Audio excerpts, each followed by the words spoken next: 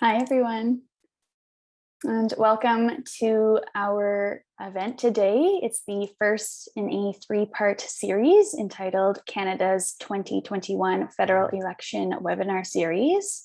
It is hosted by the Centre for the Study of Democratic Institutions at the School of Public Policy and Global Affairs in partnership with the Department of Political Science at UBC. Today's webinar is the first event in the series entitled Canada's 2021 Federal Election and the Climate Crisis. My name is Nadine Van Dalen, and I'm a Master of Public Policy and Global Affairs student at UBC's School of Public Policy and Global Affairs. I am looking forward to moderating this conversation and learning with you all today. In a discussion about climate change, an acknowledgement is to be made at the outset to the settler colonial history of this land from which this virtual gathering is held.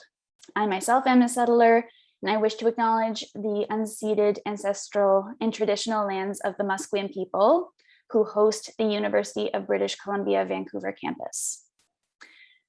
I acknowledge with immense gratitude the Indigenous peoples who for millennia have been stewards of the land and waters, something I am really reflecting on nowadays, back to campus and enjoying the magnificent trees and views that are seemingly everywhere you turn on the UBC Vancouver campus. It's a constant reminder of a responsibility to be actively learning and listening, being here as an uninvited guest on this land. Before continuing, I would like to mention two housekeeping notes. One, this webinar is being recorded, and that later on in this webinar, we'll be taking audience questions. So you're welcome to add your questions in the Q&A box that is located at the bottom of your screen. Tonight's theme is on climate change as it relates to the federal election. Needless to say, we are presently living amidst a climate crisis. This has absolutely been seen and felt locally. The village of Lytton literally up in flames this summer, a heat wave in Vancouver leading to a massive spike in sudden deaths in our community, as well as in neighboring Salish Sea coastal habitats, where it is estimated that more than 1 billion seashore animals were killed during the heat waves. The latest report from the Intergovernmental Panel on Climate Change states that climate change is widespread, rapid, and intensifying, with some trends now irreversible, at least during the present timeframe, with disproportionate impacts on communities across the country. Climate change commonly generates feelings of fear and anxiety across the country, but it also spurs creativity and action. We are very fortunate to be joined today by experts in the field for a discussion that will enhance our collective understanding of climate action in the context of the federal election. So without further ado, it is my pleasure to introduce to you our panelists. Dr. Simon Donner is professor with the Institute for the Oceans and Fisheries in the Department of Geography at UBC. Dr. Donner is an interdisciplinary climate scientist who aims to address major questions surrounding climate change. He leads a diverse research program at the interface of climate science, marine science, and public policy. Thank you for being with us today. Dr. Catherine Harrison is professor of political science at UBC. Dr. Harrison studies environmental, climate, and energy policy, federalism, and comparative public policy. She is the author of the book Passing the Buck, Federalism and the Canadian Environmental Policy, and co-author of Risk, Science, and Politics. Thank you for joining us. To kick off, I'll pass the virtual mic over to Dr. Simon Donner to open up our discussion today by explaining the science behind the climate emergencies we've experienced this year. Over to Simon. Thank you so much for the introduction, Nadine. It's great to be here with everybody today. I'm going to talk about the election through thinking about our sort of the climate targets that you're hearing from the parties, how they line up with what would be necessary for Canada to do its fair share to avoid sort of dangerous impacts on the climate. Because when it comes down to it, fundamentally, the goal of climate action and the goal of climate policy, whether it's at the federal level or the international level, is to avoid dangerous things happening because of climate change. And in fact, that is the ultimate objective of the international policy in UN climate framework. So in 1992, the world's governments all signed a document called the Framework Convention on Climate Change, and they agreed that its ultimate objective would be to avoid stabilizing greenhouse gas concentrations in the atmosphere at a level that would prevent what they called dangerous anthropogenic interference, which is a way of saying we want to stop climate change before it gets dangerous, and we want to do that by restricting how high the greenhouse gases get in the atmosphere. And so this is widely agreed upon, and and then countries negotiated about this over the years, and eventually this led to the Paris Climate Agreement. So the Climate Agreement signed a few years ago in Paris, in which the world agreed to hold the increase in global average temperature to, quote unquote, well below 2 degrees. Now, I was showing you a picture of a skier going off a cliff on the previous slide. And I had that there because, well, to some people, that's dangerous. To others, and I admit that might include myself when I was younger, I wouldn't have thought that that was that dangerous. The world didn't actually agree on how to define what level of warming is dangerous, because it's really about values. It's not something that can come straight out of science. And so in the Paris Climate Agreement, another value appeared. We said, well, we want to pursue efforts to limit the temperature increase to 1.5 degrees. That came from small island developing states and other countries that felt that the 2-degree threshold wasn't careful enough. We needed a lower number, right? And what this tells you is that these goals we hear about, although they're informed by science, it's not ever science alone. These are politically mediated judgments, values and other things come into play.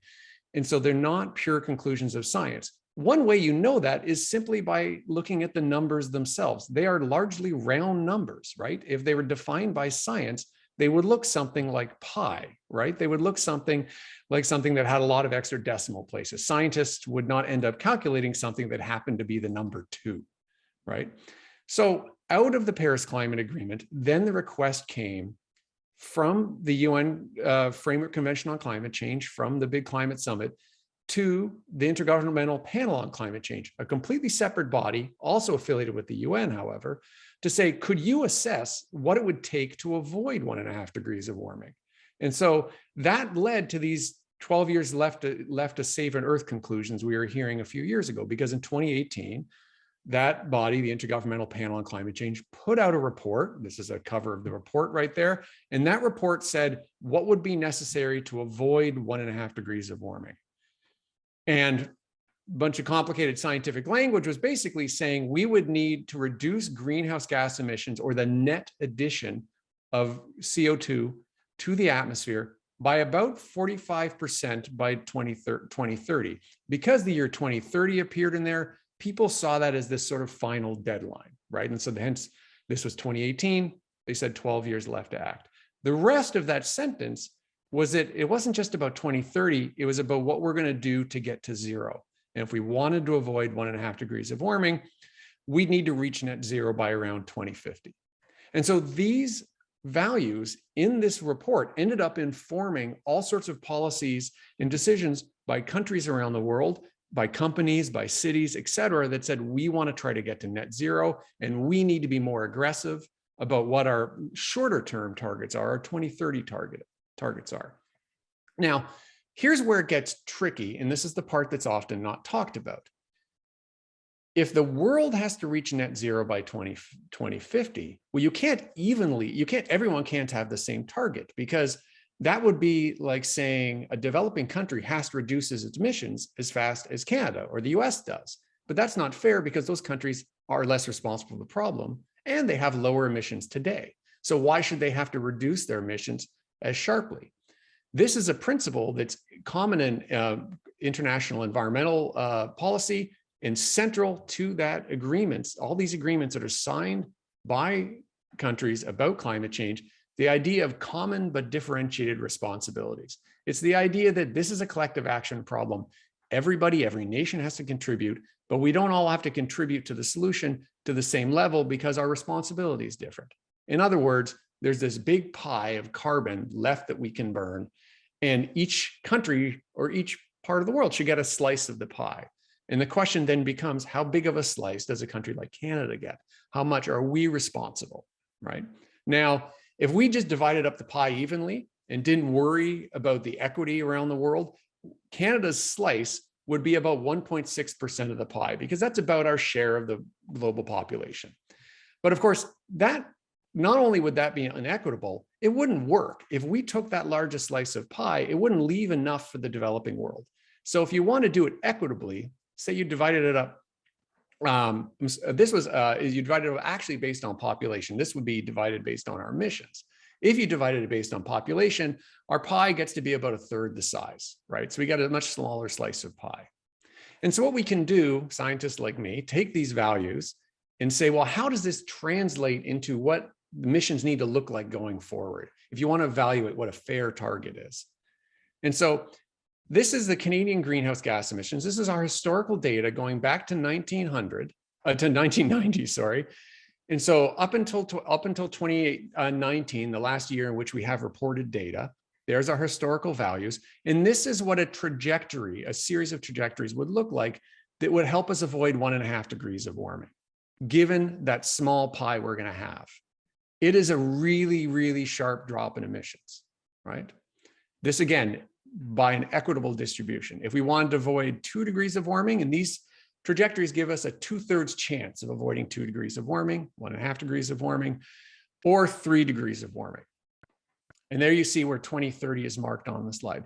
What you notice from looking at these is these are very steep slopes. If you're a skier, you might think as the 3-degree slope is somewhere between an intermediate and a black diamond. You might look at the 2-degree slope as a double black diamond. The 1.5-degree slope, it's basically, it's the run that is cordoned off that they don't want anyone going down because it is so steep. We really, to do this, to actually equitably reduce emissions fast enough in Canada, we have to go to practically zero before the end of the decade. And there isn't a realistic way we could do that without doing incredible harm to things all over the country. This is, again, if we want to do this equitably. And so what we can do is look at these trajectories and say, well, what are the parties promising, right? So I've added the Conservative Party of Canada, the Liberal parties, the NDP, and the Green Party's targets. Now, these are not their policies. This is the target they're aiming for. Whether their policies will meet those targets is another question entirely that I think that Dr. Harrison's going to talk about after me. And you can see here that the targets are in the range between 2 and 3 degrees. The only one that's somewhat close to the 2-degree line, obviously 2 degrees would be the Green Party's target. And again, this is using an equitable way of distributing the pie around the world.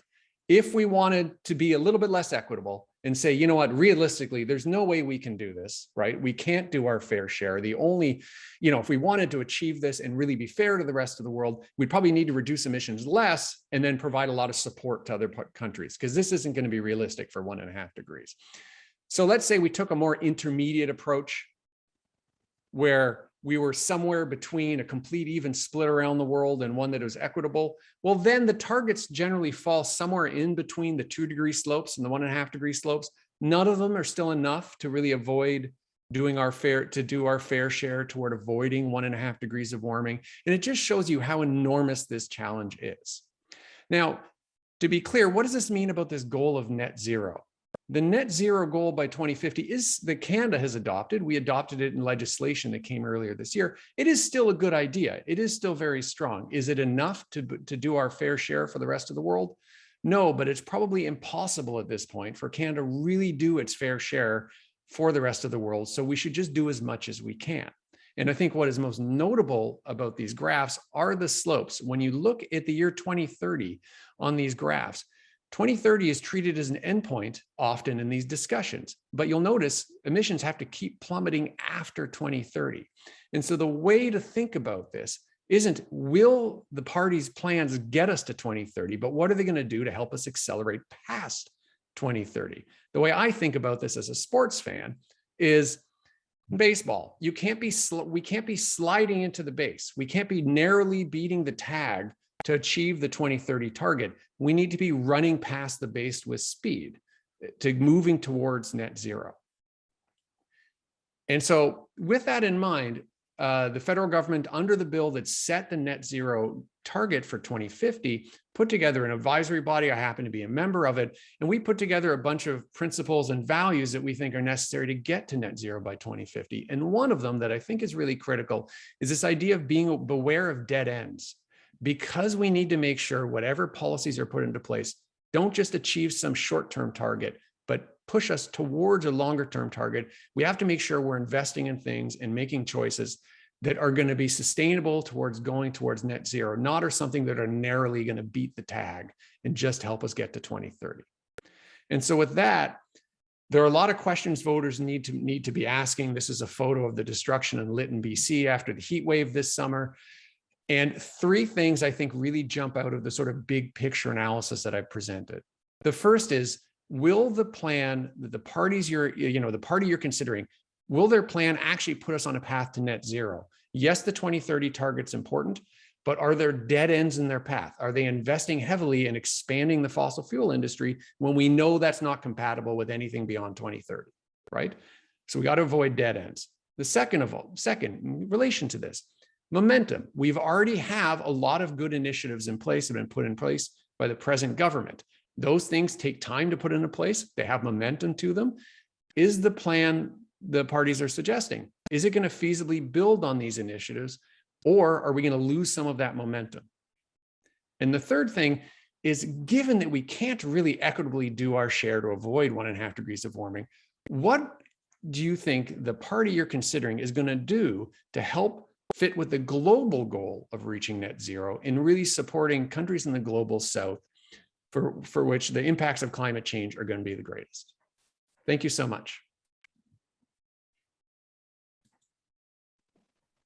Thank you so much, Dr. Donner, for that scientific context for our discussion today. I'll pass it over now to Dr. Harrison to highlight some comparisons between the campaign platforms and candidate policy promises.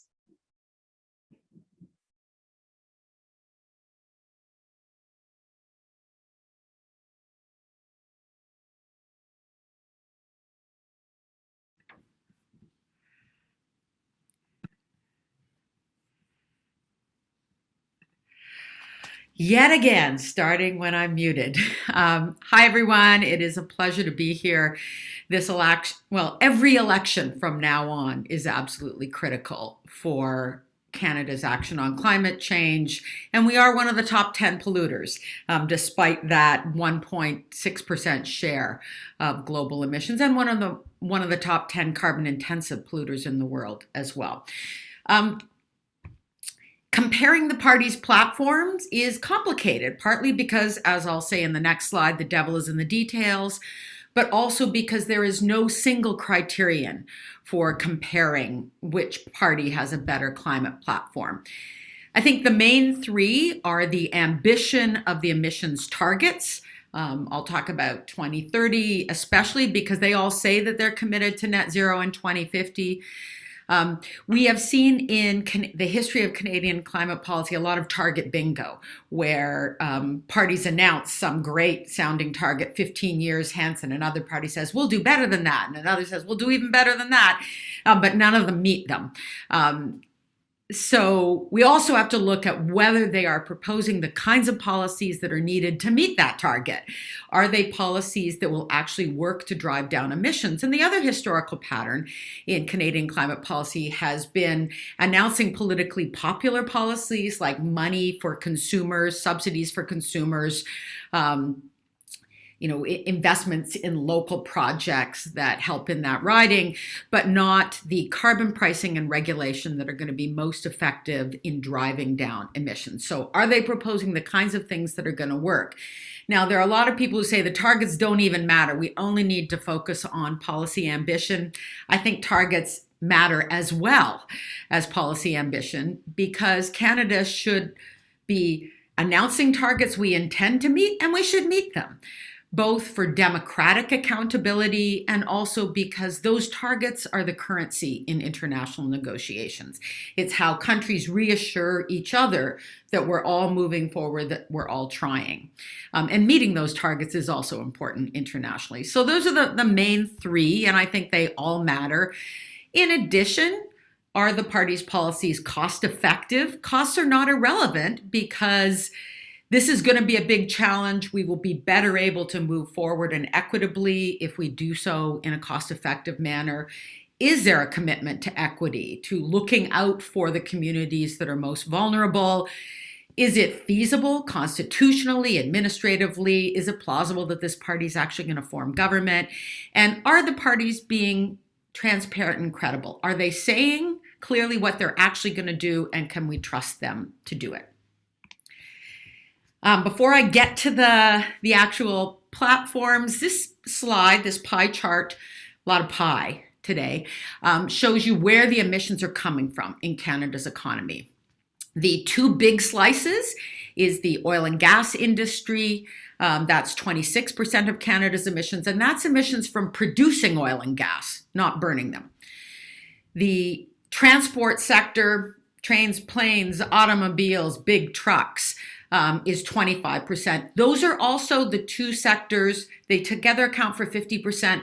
They're also contributing almost all of Canada's emissions growth. So they're obviously very important.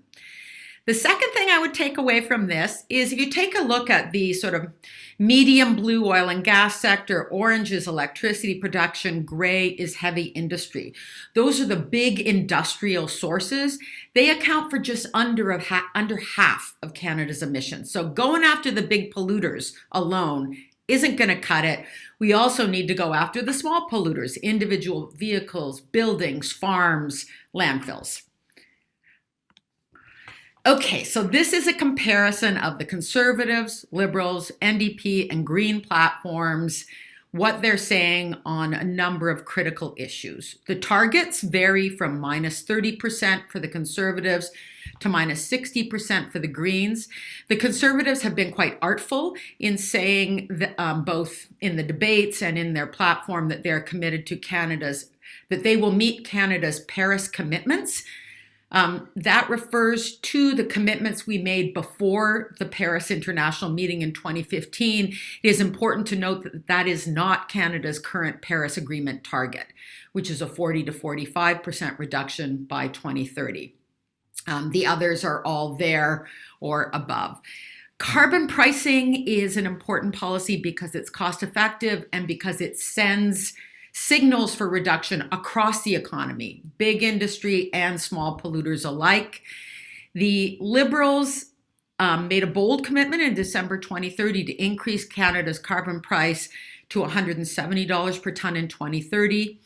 The NDP was a bit cagey about whether they would match that, but it came out in their platform costing on Saturday that they would. The Greens would go even further. The Conservatives have said that they're open to carbon pricing for big industry at the Liberal schedule, but they've got a caveat in there that they would only do it if Canada's major trading partners, the US and EU, match those carbon prices. I think that's extremely unlikely because the US is not going to go, for the next few years at least, an explicit carbon pricing route. So I'm very skeptical of that. They're replacing the carbon tax on transportation fuels with a carbon savings account that I think is a gimmick and likely to be problematic in lots of ways. Commitments on ZEV sales, the Conservatives are least ambitious. ZEVs are zero-emission vehicles, passenger vehicles in particular. The Liberals and NDP are equivalent, looking to phase out the sale of new gas-powered vehicles by 2035. The Greens say they would do it by 2030. Oil and gas, that's that 26% chunk of the pie. And it's really important in two ways. It is the largest sector and has been the largest growing sector of Canada's emissions. And also that oil and gas that we produce and send elsewhere contributes another Canada's worth of emissions when it's burned. And we've had kind of separate conversations in Canada about oil and gas production and climate for a long time. I think we're seeing some progress here. The The Conservatives are clearly still enthusiastic about Canada's oil and gas sector. They call it the energy sector typically. They want to build yet another pipeline, create a new criminal offense for those who commit acts of civil disobedience blocking pipeline infrastructure.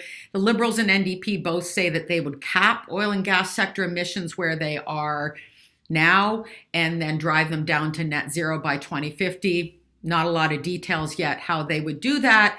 The Greens are most direct on this, saying that they would wind down production, not just emissions, of bitumen by 2035, but it's unclear how they would have constitutional authority to do that.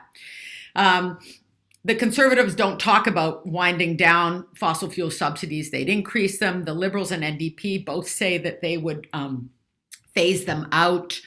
I can get into differences between the platforms later, as do the Greens. All the Liberals, NDP, and Greens are committing to shifting our electricity generation towards net zero, and in the case of NDP and Greens, absolute zero. That is not relying on offsets in any way. The Conservatives express a commitment to protecting and maintaining existing oil and gas industry jobs. The Liberals and NDP both acknowledge that those jobs are going to decline and have put aside funds to support just transition of workers and communities. The Greens support that too, but don't have details that I caught. And then there's some other things in there that I don't think I have time to get into. I will say that the Conservatives substitute their weaker carbon tax at the pump with something that we would call a renewable gas mandate. I think that's going to be very difficult to achieve and probably more costly than the carbon tax at the pump. Okay, so this is my attempt to compare the parties' platforms along all those criteria that I've talked about before.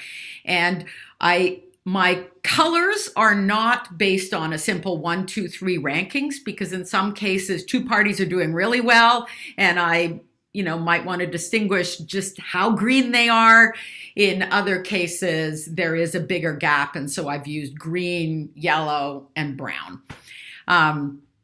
So target ambition, as I previously discussed, and in this one, I'm only including the Conservatives, Liberals, and NDP because they are polling so much higher than the Greens, and even the People's Party, who deny human-caused climate change, are polling over 6% nationally.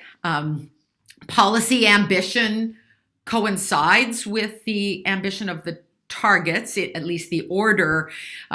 Whether the policies that have been included in the platforms can credibly meet the targets, I don't think the Conservatives can. They emphasize that they had independent modeling done by Navius, but the plan that they modeled was one that included that trajectory to $170 per ton in 2030, which I'm not convinced. I think it's unlikely that they would do that given the caveats in their own plan.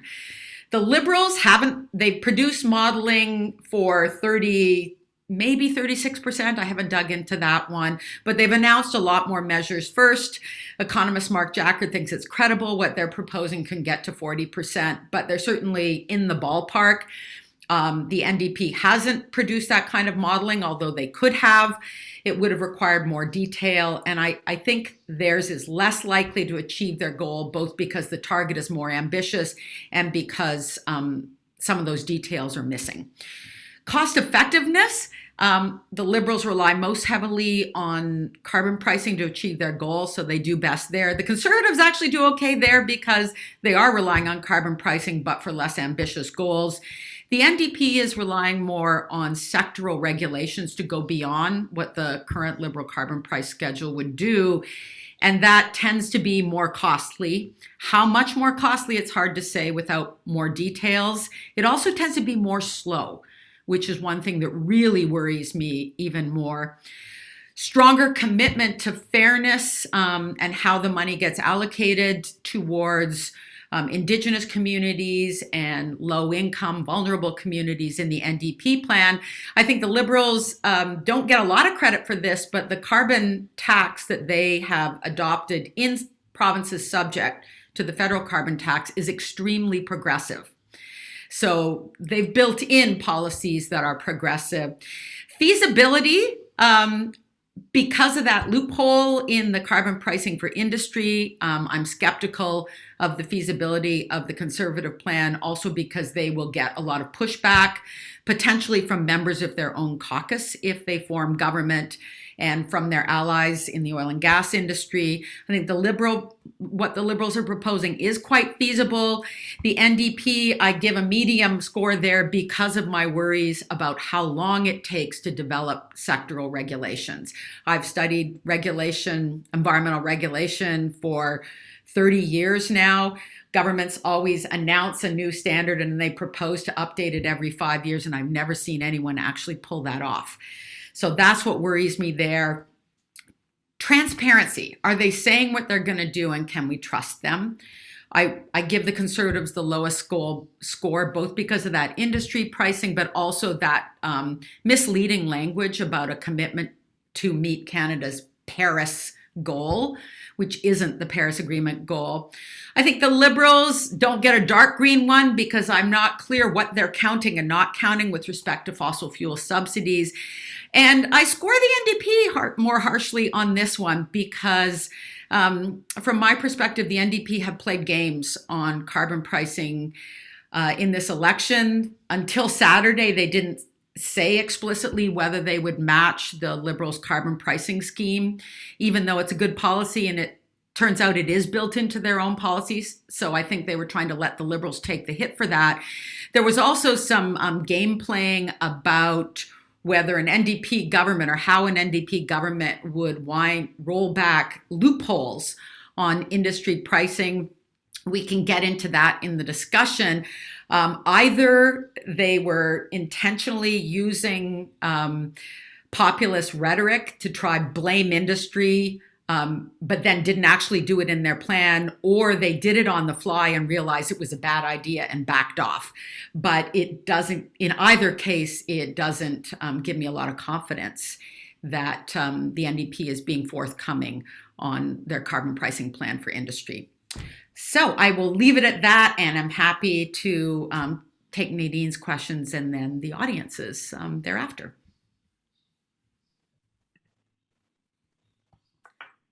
Thank you so much, Dr. Harrison.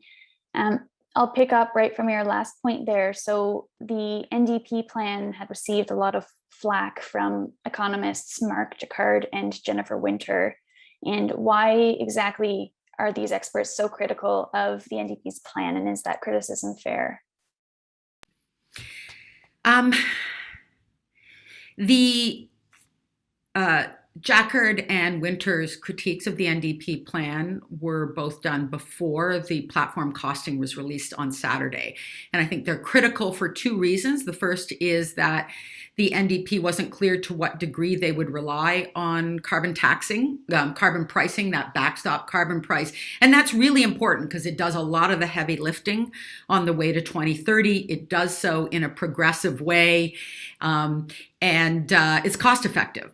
So they weren't forthcoming, and the economists didn't give them credit for that, and I don't think they deserved it. So I think that was fair. The other thing is that Jagmeet Singh used words like the Liberals have exempted industry and have given unfair subsidies to industry. That was a reference to the way the pricing scheme for large industrial emitters is designed. It's actually a very clever design where they only pay above a certain share of a sectoral average. It means they all face the same marginal carbon price, the same incentives to reduce, but it's a way to protect the competitiveness of Canadian industries. It was first adopted in Canada by the Alberta NDP government. So this is not a right-wing conspiracy. It's a way to protect jobs. I think so Jacquard was very critical of them for that. And then the way he modeled it put all of the weight on those sectoral emissions. I don't know how he did it. I suspect he just drew them all down linearly, which would be a lot more costly than relying on carbon pricing. So I think there was legitimate reasons that those folks were critical. And it was actually really disturbing to me that rather than responding on the substance of what they were saying, some in the New Democratic Party, New Democratic candidate from UBC made personal attacks on Jennifer Winter in particular, rather than responding on the substance. And then, lo and behold, what the NDP released on Saturday was consistent with what the Liberals are doing. That strengthened their plan, but it wasn't consistent with that sort of populist rhetoric. So either they didn't understand or that was the plan all along, but I find both of them worrying.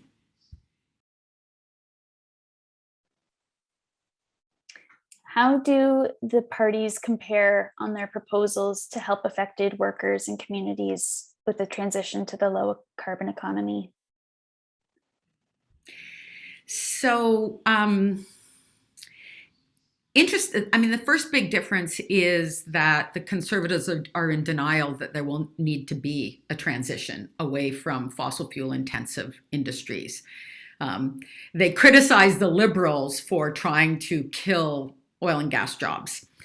The NDP and Liberals both propose funding various just transition measures. There's more money for that in the NDP plan. I didn't find details on that in the Green platform. Simon, did you? No, and one thing to take in mind, all of these promises to help workers transition, at this stage, all they are their monetary promises. It's really hard to figure out what it's going to mean on, how it actually would convert into policy. And so right now it's sort of rhetoric and promise of dollars, which is good. It's just until people are in government, it's really hard to see what it would mean.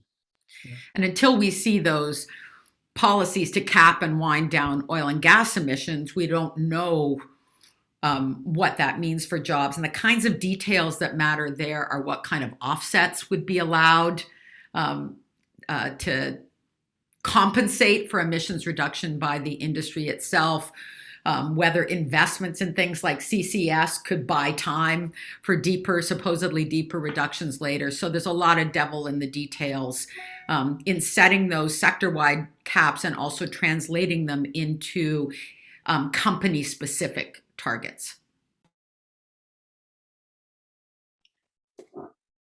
And the phrase that we've heard a number of times in the recent years, climate leaders don't buy pipelines. Where does the TMX Trans Mountain Pipeline expansion project fit into the Liberals' plan to reduce their emissions by 40%?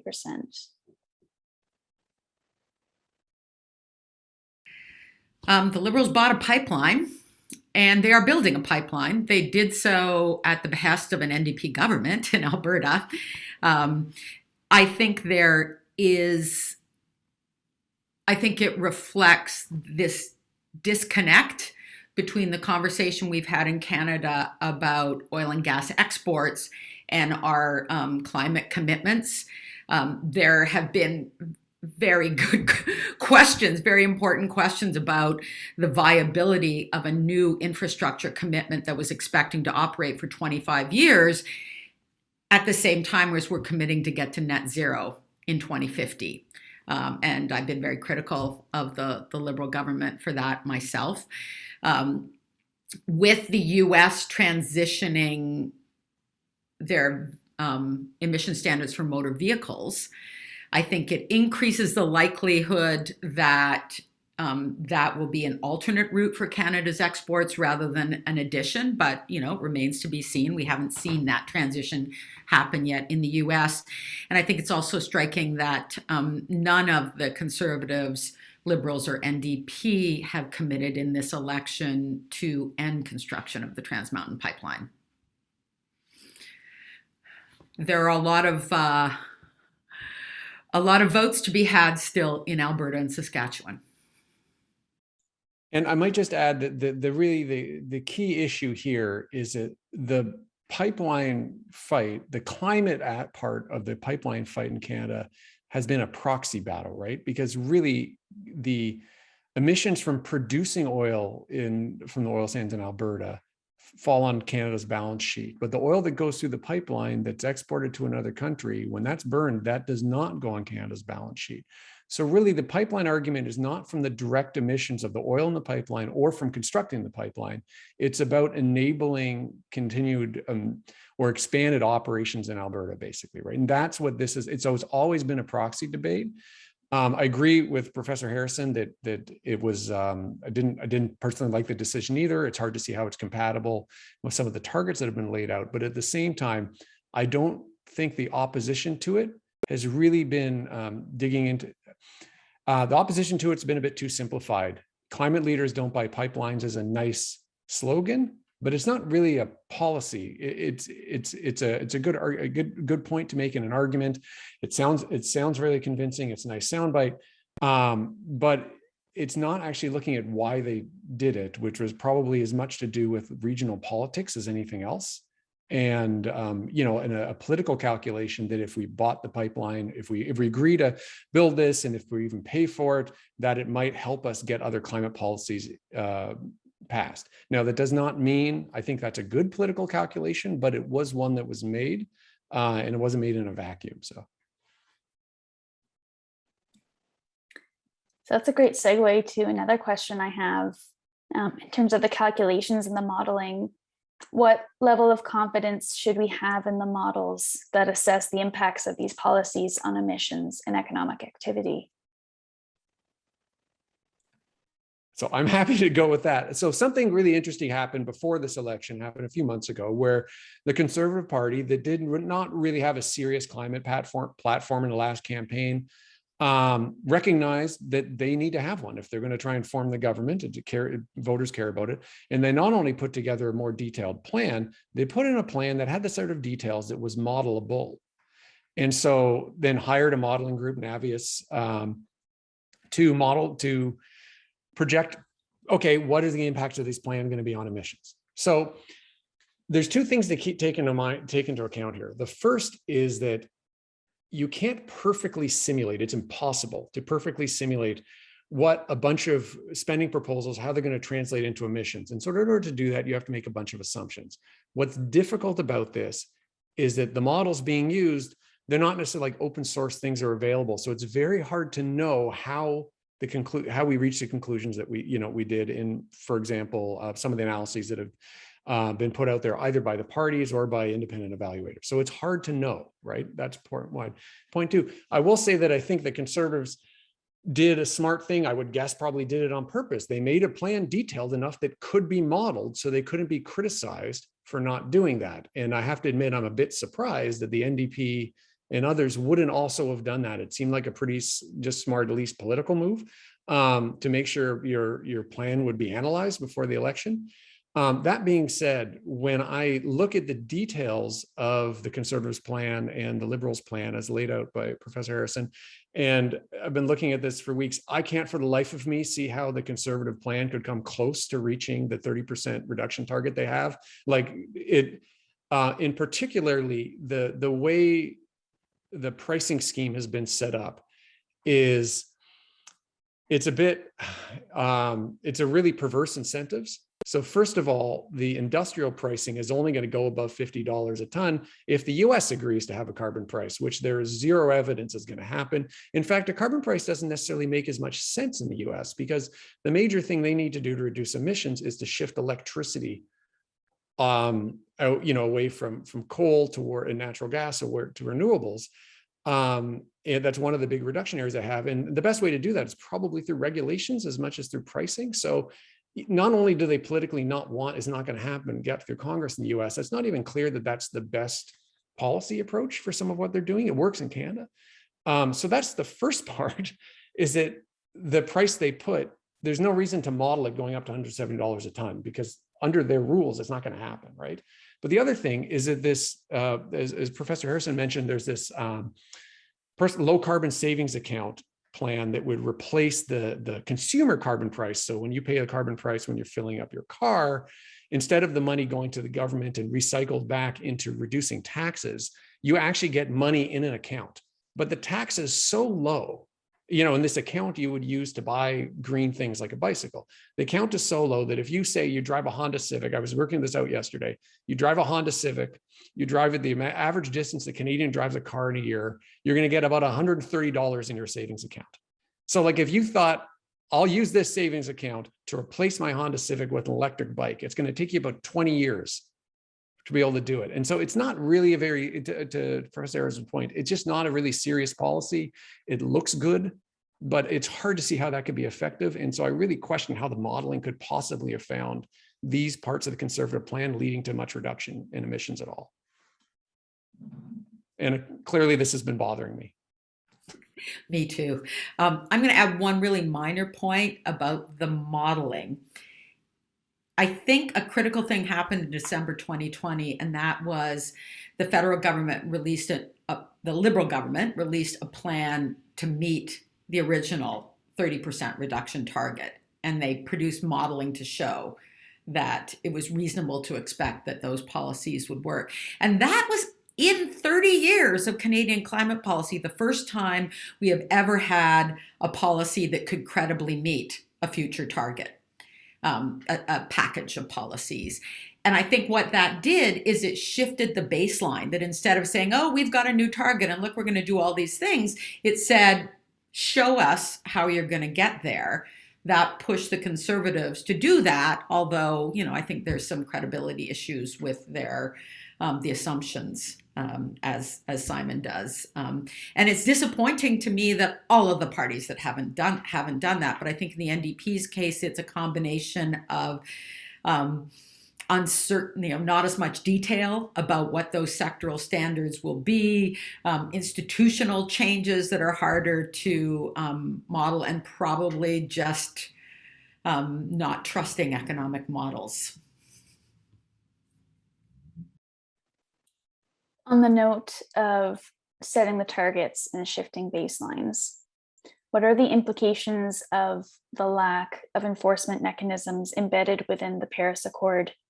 And where does that play into this discussion?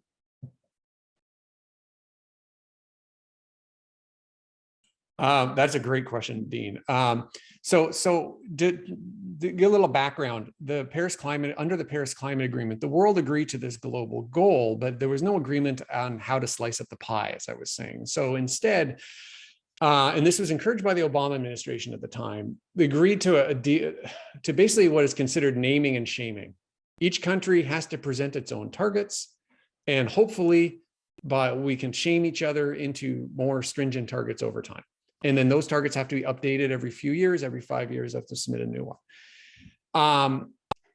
And so they're not legally binding. There's no penalties and everything. And this can be very upsetting. And one of the things that if anyone on here has taken a class with me knows I talk about this before, this seems upsetting, but realistically, in international negotiations, countries don't agree to things where they're going to get penalized if they don't meet a target. This is how international negotiations on all environmental things have always worked, pretty much. It's really hard to have like a harsh binding target where a country agrees to pay a fine to the UN for not meeting it. And so unfortunately, this is a complicated collective action problem, and we're stuck with this. And so it means if you're a voter, you really just have to think about, who do I trust to really actually implement what's going on? And one thing I'll say, that the current government, though I recognize the pipeline decision has disappointed a lot of people, and for good reason. I mean, it disappointed me as well. This is the most effort that's ever been put in like Canadian history on climate policy at the federal level. So you might not like some of what's happening, but at least things are actually being put into place. And I do think that like the big question is, who do I trust to actually put these things into place? Because there's not going to be an enforcement mechanism that'll make them do it. One thing that is required, meeting your targets isn't required in the Paris Agreement. It is required to increase your ambition every 5 years and to report on your progress. And that's why Canada submitted that new target. The Liberals submitted a new target in July, I think, to increase our ambition from 30% reduction below 2005 by 2030 to 40 to 45%. Let's call it 40. And it's not allowed to backtrack on that. So it would be both really embarrassing for Canada in the international negotiations to show up and say, just kidding. We don't actually have any intention to meet that goal. But also, if countries start doing that, especially some of the big polluting countries like Canada, it can undermine the whole process that holds this agreement together, where there's a sense that we all link arms. I'm going to take a step forward, and so everyone else takes a step forward. So if we all start saying we don't actually care about our targets, that's a problem. And big polluters, carbon intensive economies like Canada starting to do that can be especially problematic. I might just add to Professor Harrison's point, if the climate conference in Glasgow goes ahead as expected in November, and we have a Conservative Party arguing for this 30% target, Canada's old target, it would mean showing up there and going against, it's not even clear it's legally possible in the Paris Agreement, saying, oh, no, that thing where we strengthen our target, we don't agree with that. We're not actually doing it. And all those years of headlines where Canada won fossil of the day, it'll 100% happen again, because we'd be backtracking on a promise that was made earlier this year. And not just a promise, but like a submission to the UN. We might even get back to fossil of the year. They give out fossil of the day, and then there's the big award, and we've won that one. Catherine, you had mentioned that carbon pricing and regulations are the most effective policy measures to reduce emissions. And Dr. Donner, to your point, how likely are each of those policy measures at providing the impetus that's needed for that continued progress towards net zero? It's a question for either of you. I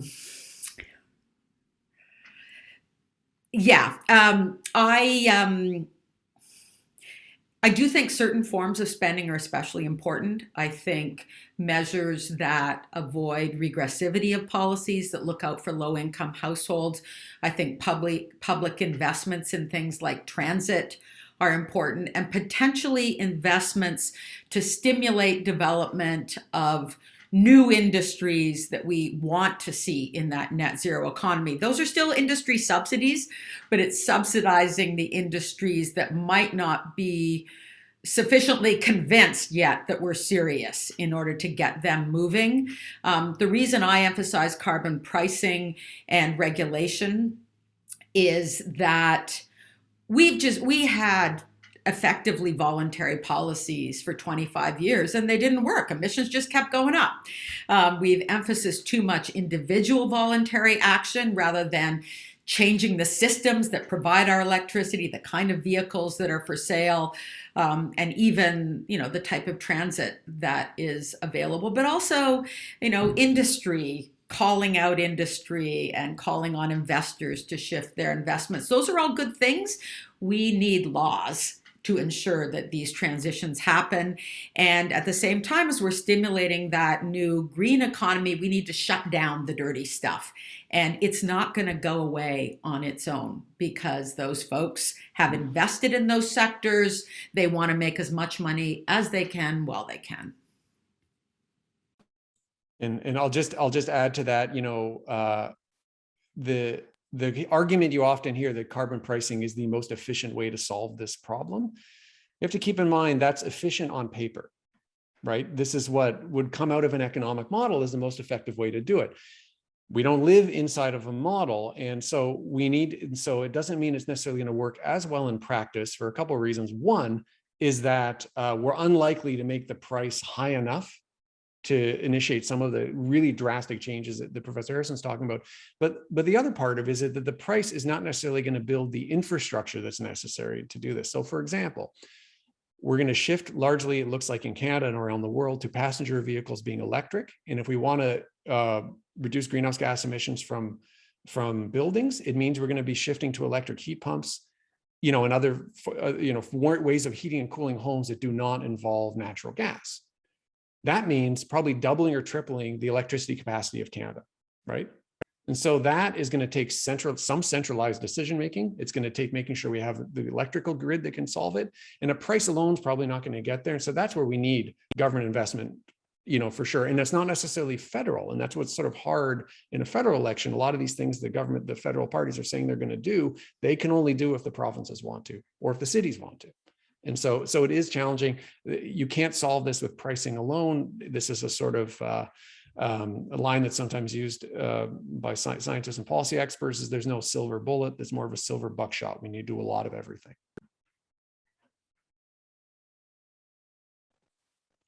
On the note of subsidies to be provided for greener industries, Dr. Harrison, you had mentioned there were some discrepancies that you wish to speak to in the differences between the phase out of fossil fuel subsidies in each of those platforms. Would you mind speaking to those? Yeah, that's that issue. I might have already covered it about how you protect the competitiveness of existing industries. And that it's a tricky thing to figure out how much protection is justified, because the whole point of reducing our emissions is that we should see certain carbon intensive sectors shrink and low carbon intensive sectors grow. So the goal isn't have no impact on any of these sectors, but the point of the liberal approach or the alternative of border carbon tariffs is to ensure that the industries that are carbon intensive aren't being hurt so much that the pollution just moves to another country with weaker policies, which means Canada takes an economic hit and the environment isn't any better off. And there's two ways to do that.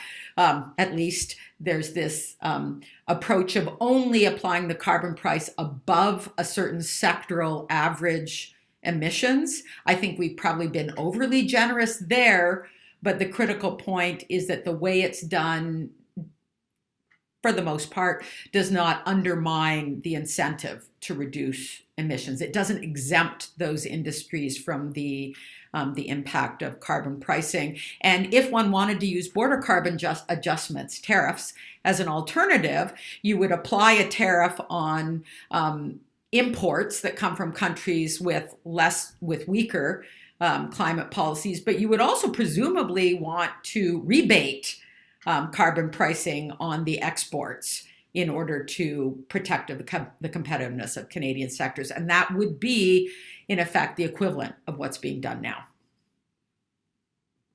No, I'm just add to there was a terrific explanation. I would just add that the rhetoric and the discussion a little bit during the election campaign, when you hear about this idea of giving breaks to industry, I think is how it's often been described, the pricing system.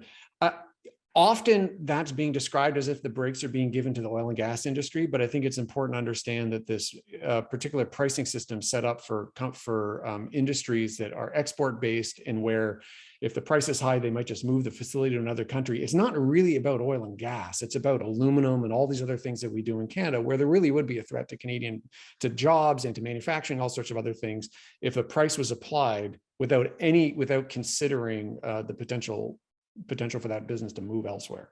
Yeah.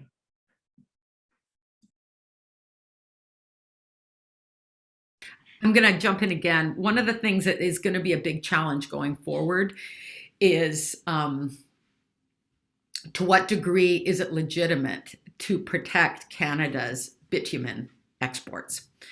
And the reason there is that we produce low quality carbon intensive oil. It's not free flowing, it's tar. That's why you have to dilute it to get it to flow through a pipeline.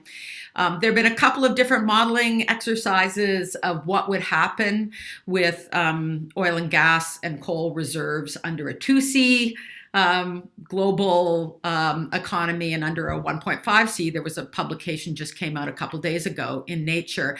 And what they find is that Canada's unconventional oil, bitumen, from the oil sands disappears overnight. That's because as we enter a globally carbon-constrained economy, demand for oil will decline. That means the price of oil will decline, and Canada's oil will likely be priced out of the market before others' oil. So it does present big questions about what's legitimate in protecting exports of Canadian oil and gas, and to what degree, like what should be the level of that output-based allocation or rebates on exports if we go that route.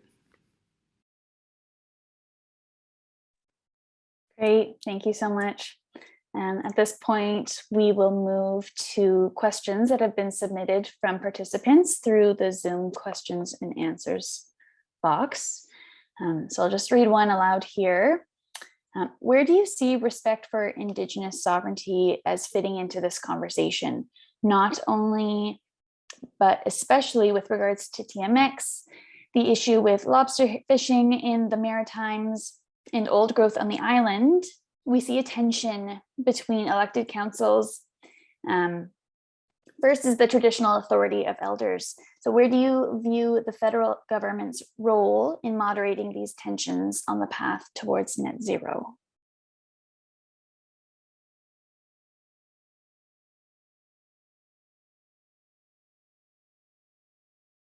Do you want to pick one of us to take that one? I'll make a comment to start, if it's okay, Kathy. So I think both Kathy and I are looking, because neither of us would claim to be experts on Indigenous legal sovereignty or legal rights. But I do think there's a piece of that question that's so important, both for Indigenous sovereignty, but for non-Indigenous people across the country as well, which is that if we're serious about getting to net zero, right? Like people, I think a lot of people probably on this call think that we should have more stringent targets. We should have more legally binding things. This is not something that we can do. These aren't marginal changes. This is a real transformation for Canada, right? And that means, renewable energy takes land and takes resources. And so it means being willing to build things in your neighborhood, right?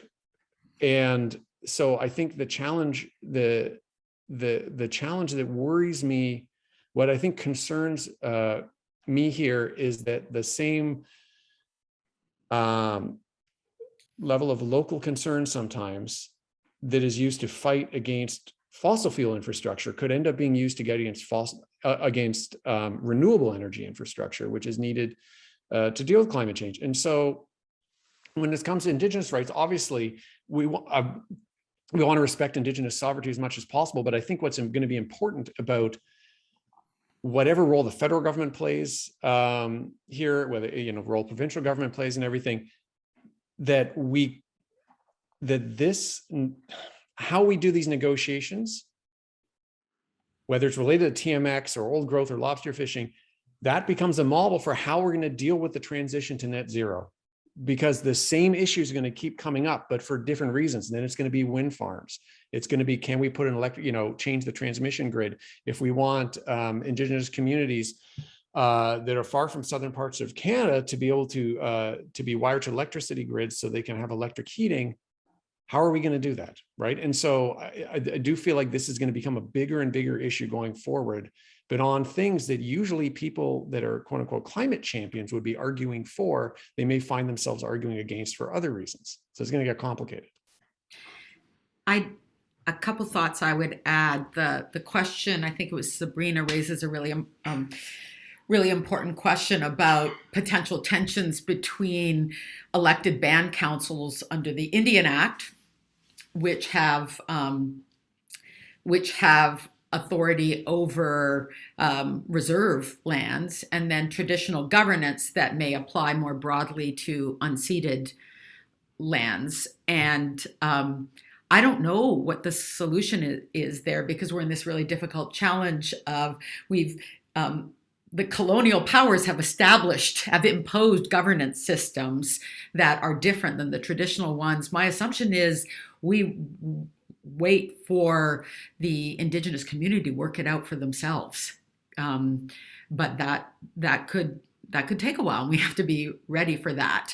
On the other kinds, so things like nature-based solutions, proponents of nature-based solutions love the idea of transforming forest practices, planting a lot of trees, that's another example of one of those things where if those are unceded lands, the question is, does the Indigenous community whose traditional ancestral territory that is, how do they feel about that nature-based solution? We've had examples of Indigenous communities that for valid economic reasons have supported coal mining.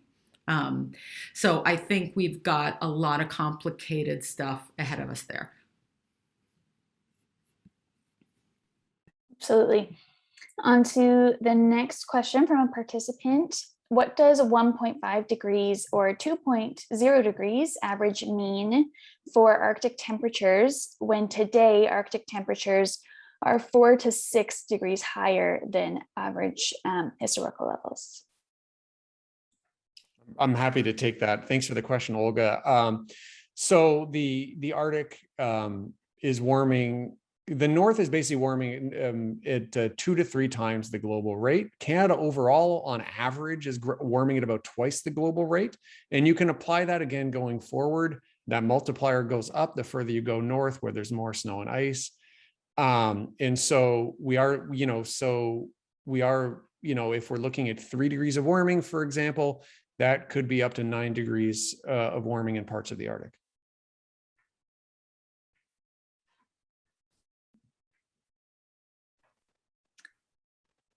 All right, and next question. This one is for Catherine. 350 Canada is endorsing climate champions that are almost entirely NDP candidates. Do you think that voters should consider that there are more climate activists involved or running in the NDP than the Liberal Party, and that they will be able to push the party towards stronger action over time?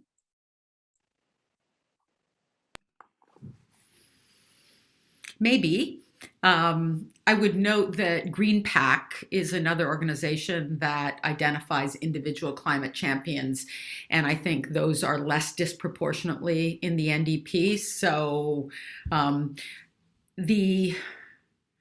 I suspect that the fit between 350 and the NDP reflects, among other things, that there are more young climate activists are drawn to the NDP. I think that young people and progressive voters on the left have less faith in market-based solutions than those of the center and right. So I think that's reflected. Those climate champions have to be elected. And to have impact, they have to form government as well, because the party that is governing will have more say, less so in a minority situation than in a majority situation, for sure. I think, and I'm pretty impressed by some of the climate champions that are running for the NDP. I've also been pretty impressed that the Liberals in government have finally started doing some of the hard things that no other government has done. They actually started regulating. They imposed a carbon price. They took on provincial governments and the NDP and the Conservatives in doing so, including an NDP provincial government, and then announced that dramatic increase in the price schedule. They have taken political risks to adopt the policies they have. So I think it's more complicated than the question suggests.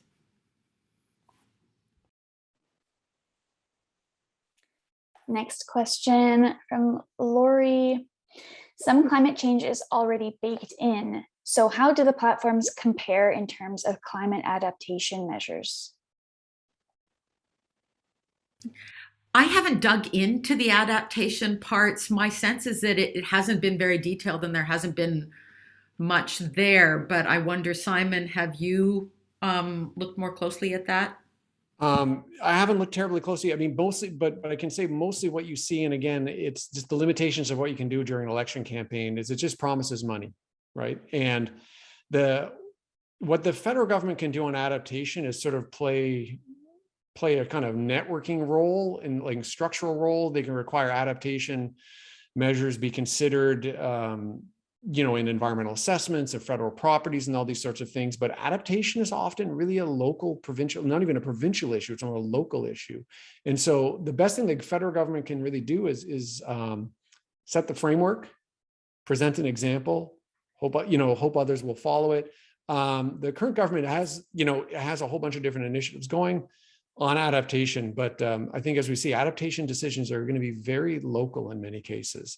And so I think my guess is that, there's, you'll see at the bottom of each of the platforms, it's not up front and center. There'll be mention of adaptation. It might not be use the word adaptations. They often use climate resilient communities or other sort of terms.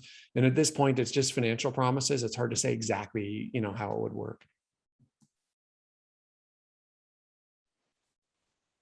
There are some questions in the chat around what all voters should factor in assessing a party's record in government.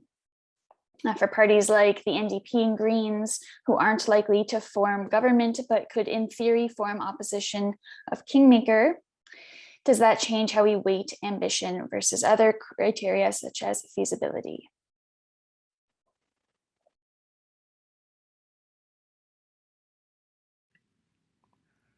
I think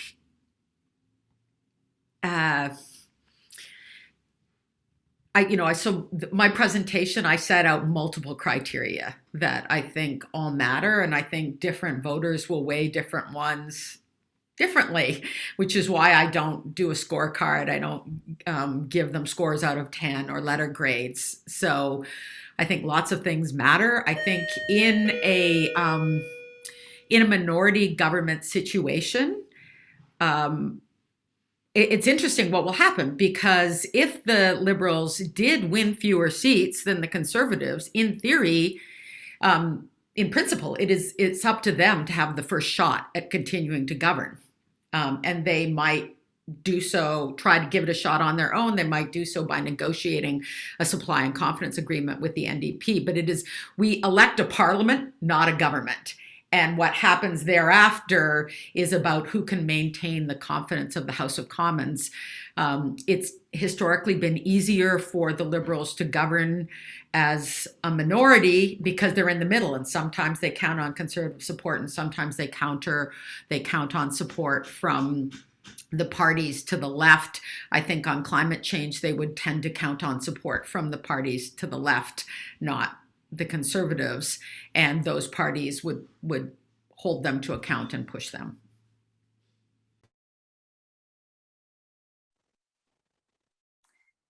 Another question from the chat.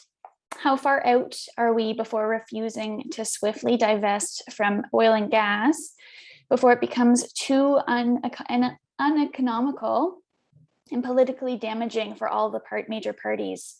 What's the breaking point for the Albertan government and fossil fuel industry in Canada? One of the challenges, I think, is that we've got modeling of the world we're in now, more previous, the original Paris Agreement targets, and then we've got global modeling of 1.5 and 2C. We know that at the original Paris targets, there's still an expectation of growth in oil consumption, and therefore, some reason to believe healthy markets for Canadian oil exports for a couple decades. We know at 1.5 and 2C, those disappear. What I don't know is what's the tipping point in between, but we are not in the original 2015 Paris world anymore. We are seeing policies, not just targets, but policies coming forward that are more ambitious, especially from the US, which is Canada's major export market. So I would be worried if I was Canada's oil and gas industry. And that's also why a lot of folks, a lot of academics signed a letter calling on the Canadian energy regulator to include a net zero scenario or different net zero scenarios in their annual Canada's Energy Future report, because they haven't done that to date. And their reports get interpreted as, look, Canada's energy regulator predicts that Canada's oil exports will grow. That's a scenario based on certain assumptions. And I think we need to evaluate a range of assumptions to better be able to answer that question, and what's the likely future of Canada's as well as Alberta's economy. And to Professor Harrison's point, this is where what emissions count on Canada's balance sheet becomes really important. So, for example, the oil and gas sector does work hard on what they can do to reduce greenhouse gas emissions. And there's a reason that companies like Suncor and others are saying, we're going to try to aim to get to net zero as well. What do they mean by that? They mean they're going to try to reduce emissions as much as possible from their operations. And they'll try to buy offsets. They'll try to install carbon capture and storage to the extent that it can work on mining facilities.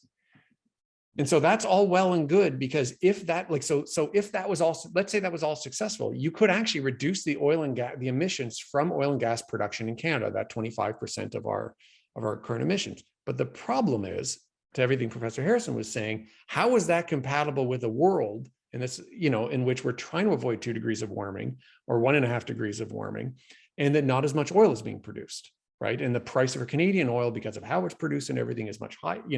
The cost of producing it, is much higher. And so there's a bit of a disconnect right here, where on the one hand, you have efforts underway in Alberta and Saskatchewan to try to see how can we reduce greenhouse gas emissions from oil and gas. On the other hand, if you look at the global scenarios, it's not clear in a 2-degree world how much oil is being sold from Canada. And that those two conversations are happening separately. And that's a really hard thing for any government in Canada right now to bridge.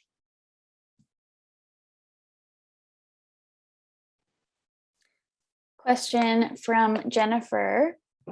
Is there a value, symbolically or otherwise, to voting green this time?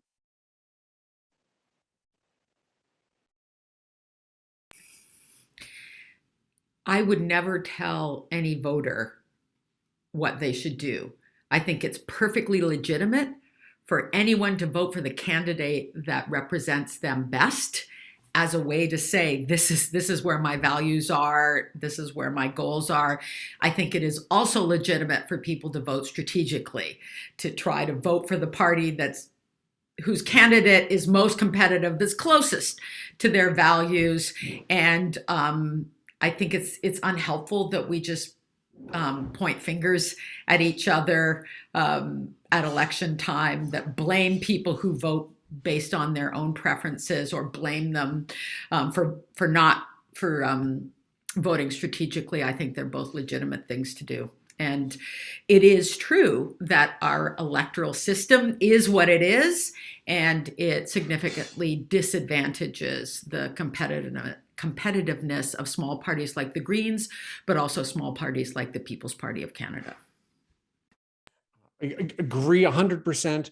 I would just say that it is important, I think, in evaluating the Green platform, and you can say this for any party on any issue, that we've gotten to the point with climate policy that every party has a platform. And I think years ago, people might decide to vote Green because of the name of the party, because you care about the environment, you care about climate change. You're like, well, I'm going to show I care by voting Green. No, you could still do that today, but it's worth first evaluating which party's platform do you like, because they all have aspects. They all have environment and climate policies.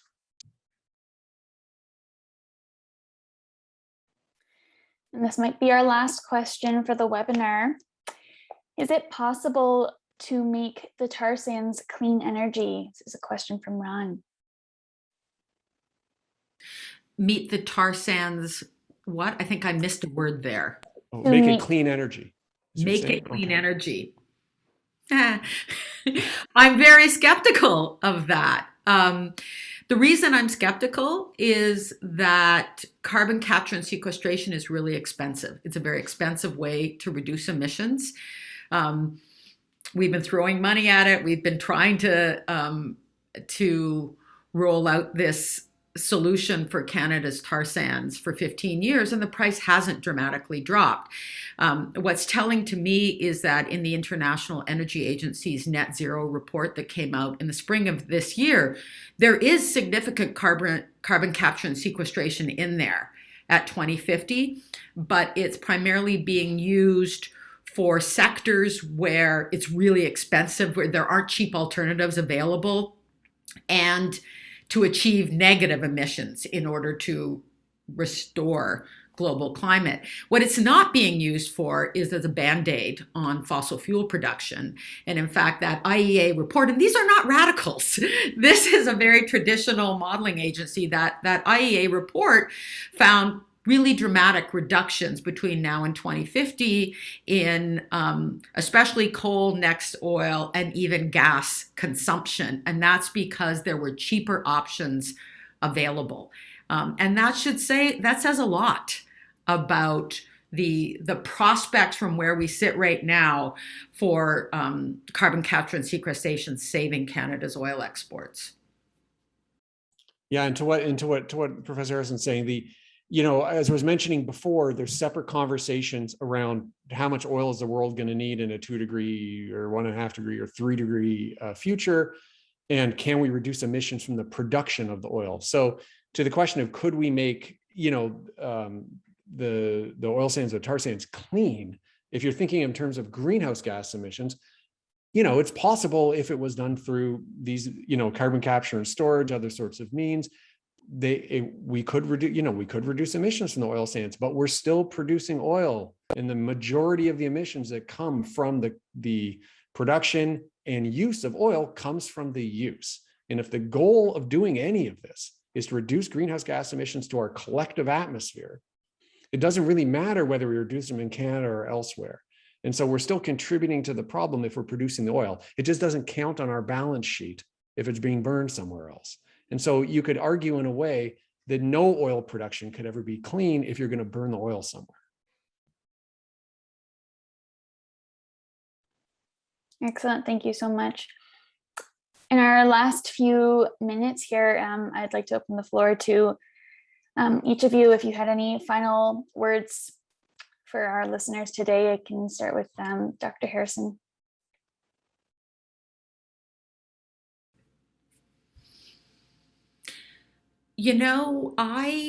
Something has shifted in this election.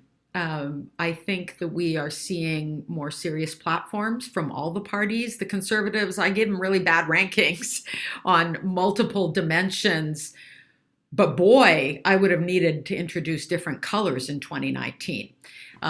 So we have seen an acceptance of the need for carbon pricing. I think carbon pricing has now become a test of credibility for parties' platforms. That's important. I think even on oil and gas, which was a question that was going to come up next for me, the Conservatives are still promising this rosy future for Canada's oil and gas industry. But I've been struck that Justin Trudeau and Jonathan Wilkinson, the Environment Minister, have been talking about that cap on oil and gas emissions as effectively being a cap on oil and gas production. And that is a big shift in the conversation we've had about climate in Canada. It's the first time we're seeing that connecting the dots between those exports that are not on our balance sheet and our responsibilities going forward. But we're a long way from 40 or 50% reductions by 2030. And I guess I'll just say that the fact that all of this has happened, right, that we've seen this sort of action, and that even the Conservative Party has, although I don't think it's very coherent, they do have a plan, which is very different from the previous election. I think it goes to show that the federal parties are paying attention to what the sort of people probably attending an event like this are saying. We're writing to them what you're saying when you're called to answer an opinion poll and everything. And so all I would say is just keep communicating to the people in power as much as you can, because at this start, it is, you can see here that this is a subject in the campaign. It is clearly having an impact. Thanks, everyone. All right, I'd like to thank you, Dr. Simon Donner and Dr. Kathy Harrison, and to all who joined us for this lively discussion today. Join us for the next event in this webinar series, which is entitled Policy Promises, Candidates and Challenges. On this upcoming Thursday, September 16th, that event will take place. Lastly, our final event will be taking place on Tuesday, September 21st, and that will be a post-election analysis. And a link will be posted in the chat with some more details on those. Thank you to everybody. Bye-bye.